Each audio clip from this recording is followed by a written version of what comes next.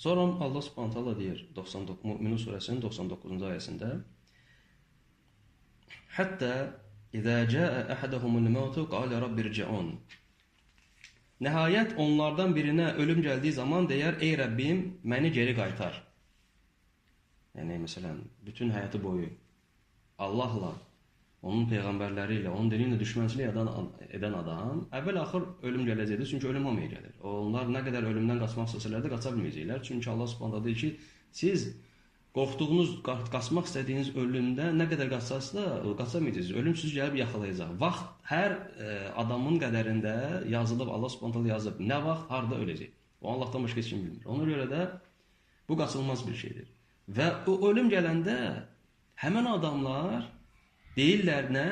Deyirlər ki, ey Rəbbim, məni geri qaytar. Sual. O nə üçün geri qayıtmaq istəyir? Bu söhbət kimdən gedir? Söhbət kafirdən gedir, söhbət müşrikdən gedir, Allaha inanmayandan gedir. O deyəcək, indi bu Quranda Mümin surəsinin növbəti ayəsində, 100-cü ayəsində Allah deyir onun adından ki, o nə üçün istəyir geri qayıtmaq? La'alli a'malu salihan fima tarakt. Ki, bəlkə mən tərk etdiyim yaxşı əməlləri indi edəm. Yəni, qayıtmaq istəyir ki, o istəyir ki, Allah onu qaytarsın ki, o etmədiyi yaxşı əməlləri etsin. Yəni, o geri qayıtmaq istəmir ki, öz pis əməlləri, yaramaz əməlləri davam etsin, daha da çox etsin, daha da çox yeyib içməkdə, şərlənməkdə, Allahın övliyaları ilə, İslam dini ilə, müsəlmanlarla mübarizəni daha da çox etsin. Yox, o başa düşür artıq nəyə o həyatını sərf etməli idi, nə üçün o çalışmalı idi, nə üçün hazırlaşmalı idi. O artıq hamısını başa düşür. Çünki ölüm gələndə artıq hər şey aydın olur insana, amma geri yol yoxdur artıq. Allah Subhanahu taala heç kimə icazə vermir ki, o öləndən sonra təzədən qayıtsın bu dünyaya. Kimsə deyə bilər ki, yaxşı, bəs İsa əleyhissalam axı qayıdacaq. Amma İsa əleyhissalamı Allah Subhanahu taala öldürməyib axı. Biz bilir, Allah Quranda Əl-İmran surəsində deyir ki, o onu qaldırdı yanına. Yəni İsa əleyhissalam ölməyib.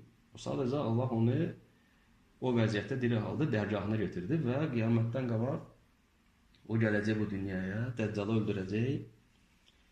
Sonra Allah Subhanahu taala onun ruhunu alacaq, onun yanında olan müsəlmanların bir yerdə. Sonra ona qiyamət qopacaq. Deməli,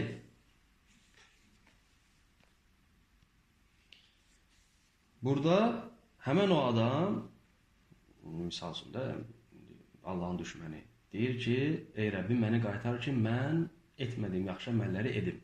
O, peşman olduğunu bildirir. Amma Allah görür nə deyir? Kəllə, xeyr. İnnəhə kəlimətun huvə qailuhə. Bu, onun dedikləri ancaq boş bir sözdür. Və min vəraihim bərzəxun ilə yevmi yub'asun. Onların arxasında diriləcəkləri günə qədər bərzəx həyatı vardır.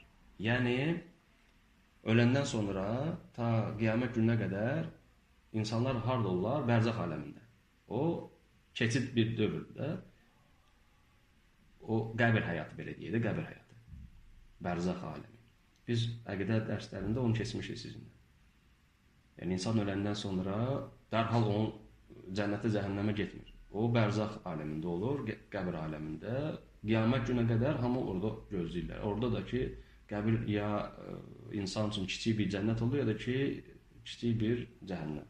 Allah qorusun cəhənnəm. Bu barədə Allah Subhanahu taala bizə başqa bir ayədə də demişdi ki, əgər onlar qayıtsaydılar, Allah hər şey bilir axı, düzdür? Keçmişi də, gələcəyi də. Allah göyləri və yeri, bu dünyanı yaratmazdan 50 min il əvvəl artıq qələmə dedi ki, yaz. Qələm dedi, nəyə yazım? Dedi ki, yaz. Qiyamət günə qədər nə olacaq, hamısını yaz. Onun üçün Allah hər şey bilir. Və Allah dedi, Ən'am surəsinin 28-ci ayəsində dedi ki, وَلَوْ رُدُّوا لَعَادُوا لِمَا نُهُوا عَنْهُ وَإِنَّهُمْ لَكَاذِبُونَ.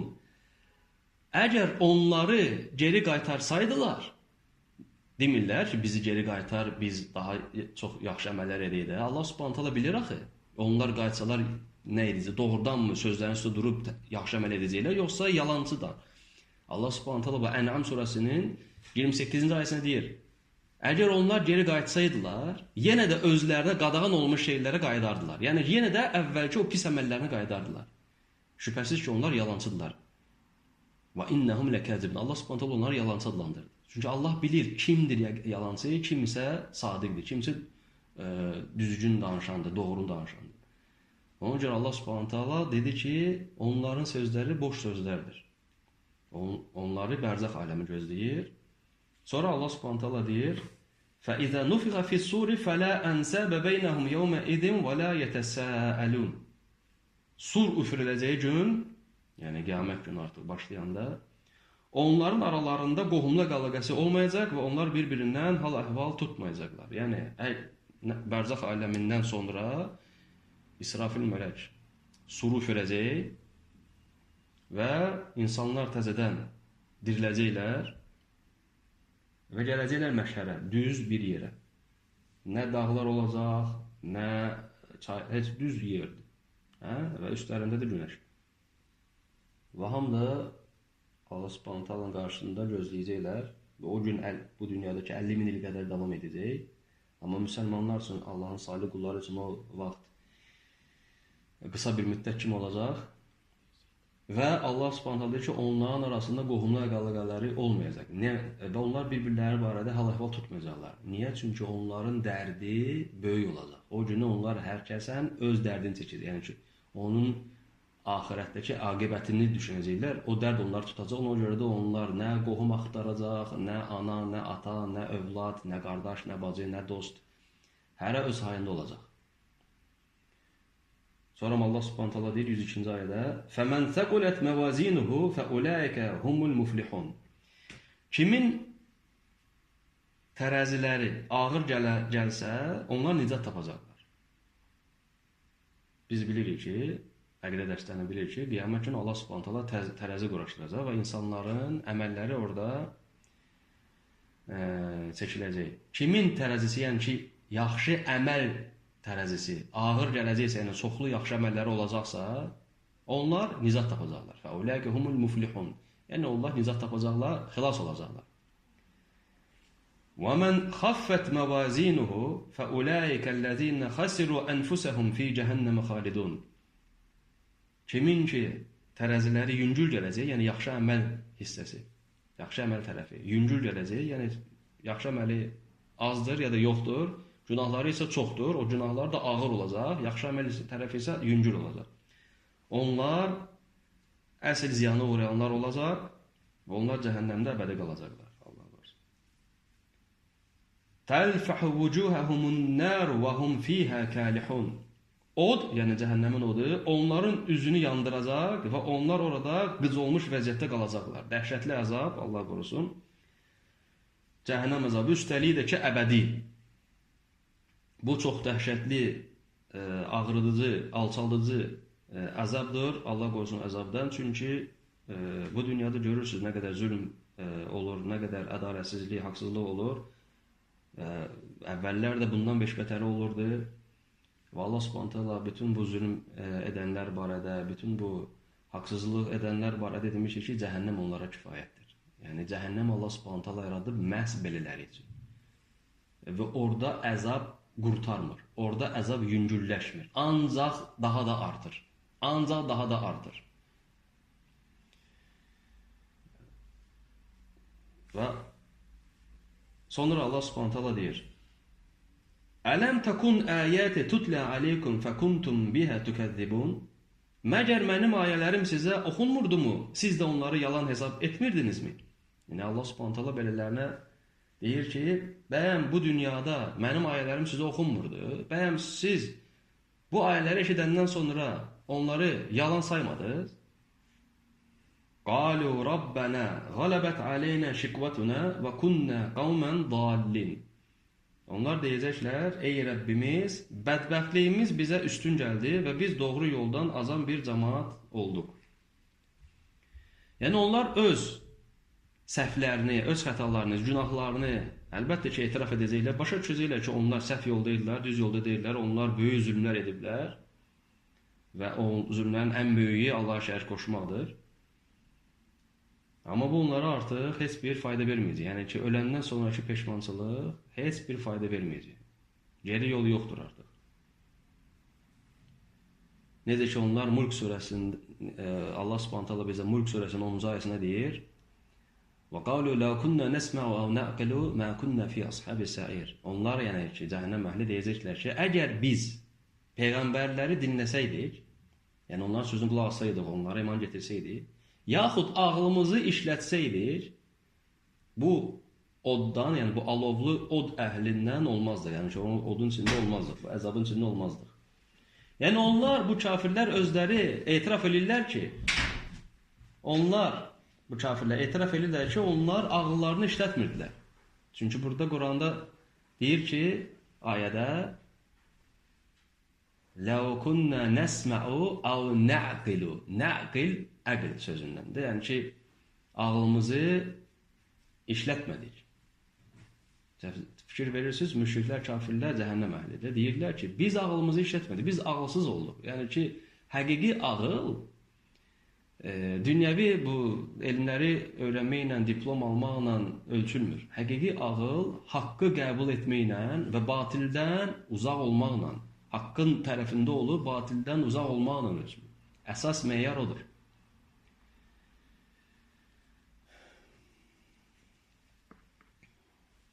Sonra Allah Subhanahu taala deyir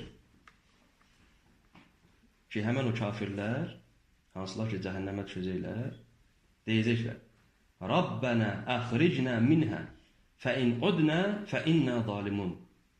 Ey Rəbbimiz, bizi oradan, yəni cəhənnəmdən çıxart. Əgər biz yenə günah işlərə qayıtsaq, həqiqətən də zalım olarıq. Yəni onlar deyirlər ki, Allaha dua edirlər ki, Allah onlara imkan versin, çıxarsın onları cəhənnəmdən və qaytarsın onları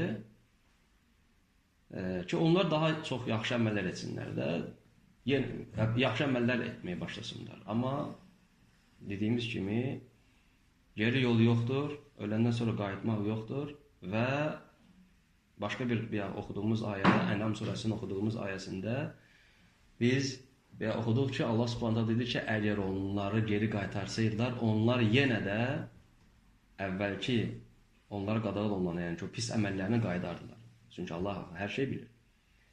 Ona görə buna Allah Subhanahu belə cavab verir. Yəni bunların bu çağırışlarına, yalvarışlarına, dualarına deyir ki, قَالَ اخْسَعُوا فِيهَا وَلَا تُكَلِّمُونَ Allah buyuracaq, orada alçalmış vəziyyətdə qalın və mənə heç nə deməyin. Subhanallah. Bu başqa bir əzabdır. Nə vaxt ki, Allah Subhanahu sənə heç danışmaq istəmir.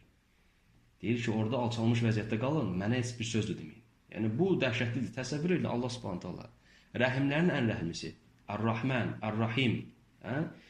Bu dünyada o qədər insanlara rəhm edir, o qədər insanlara möhlət verir, mərhəmət göstərir ki, hətta görürsünüz ki, o zalım edənlər belə nemət içindədirlər də, düz deyil. Amma qiyamət günü Allah Subhanahu wa ta'ala deyəcək ki, orada, yəni cəhənnəmdə alçalmış vəziyyətdə qalın və mənimlə danışmayın. Yəni Allah Subhanahu onların dualarını heç qəbul etməyəcək, heç onlarla danışmaq istəməyəcək. Deyəcək ki, mənimlə heç danışmayın. Və la tukallimun. Bir hədisdə Peyğəmbər sallallahu əleyhi və səlləm deyib ki, qiyamət günü Allah elə qəzəbli olacaq ki, nə ondan qabaq belə qəzəbli olub, nə də ondan sonra belə qəzəbli olacaq. Yəni qiyamət günü Allahın qəzəb günü. Çünki qiyamət günü məhz həmin gün ədalət bərqərar olacaq. Bütün bu dünyadakı baş verən haqsızlıqlar, zülmlər və s. bunlar görürsünüz ki, çox vaxtı ya cavabsız qalır, ya kimsə haqsızlıq eləyir, amma onun heç nə olmur. Amma qiyamət günü belə olmayacaq. Qiyamət günü hətta bir buynuzlu qoç, iki buynuzlu qoçdan öz qisasını alacaq. Yəni, əgər hətta heyvanlar hansılar ki, qiyamət günü torpağa dönəcəklər, onlar üçün cəhənnəm, cənnət yoxdur. Yəni, əgər hətta heyvanlar öz aralarında ədalətlə yəni ki, öz aralarındakı məsələ həll edəcəklər ki, biri digərindən öz haqqını alacaq, yəni ki, onların arasında hətta belə ədalətlə hökm verəcəkdir, təsəvvür bəs insanlar arasında necə olacaq? Əlbəttə ki, o günü ədalət bərqərar olacaq. Bu dünya isə bu dünya ədalət üçün qurulmur. Bu dünya imtahan diyarıdır. Bu dünya yoxlamadır.